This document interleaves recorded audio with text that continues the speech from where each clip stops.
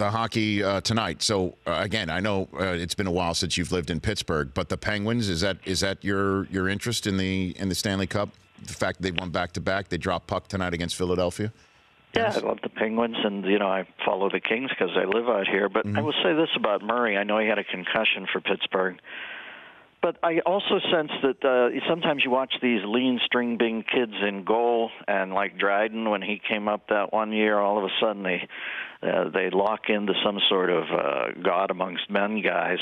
But he is a kid. I still see Murray having like acne when they do interviews with him, and he lost his old man early in the year, and I guess it threw him for a complete loop. So obviously when you're in that blue paint, you have to be. And I'm sure between that and the concussion, it's just been a bit of a traumatic year. Now, there comes a point, I believe, in each of these NHL games, since nobody gives an angstrom, and they just press. It's like water bearing on a surface.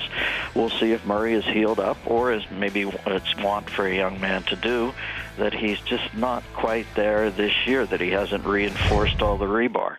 But if he's on, if Murray plays out of his mind again, certainly they have a shot at the third one. They've got Sidney and Malkin, arguably two of the five greatest players on the planet. Right? And then the Kings are dropping puck tonight, facing off with the number one seed Las Vegas. I mean, that's an interesting one. What a story that's been this year.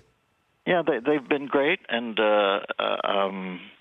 I think that their last 18 games, I thought I heard some statistic. I don't know if you ever listen to the NHL Network. God, that is some really beautiful puck being talked over there. But kind of, they've kind of in their last come back to earth a little.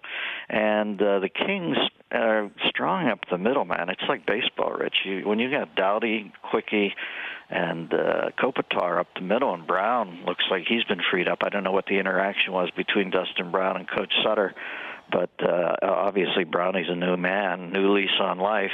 The Kings gave up the least goals in any major sport when you go to win the championship. To be the best defensive team certainly augurs well.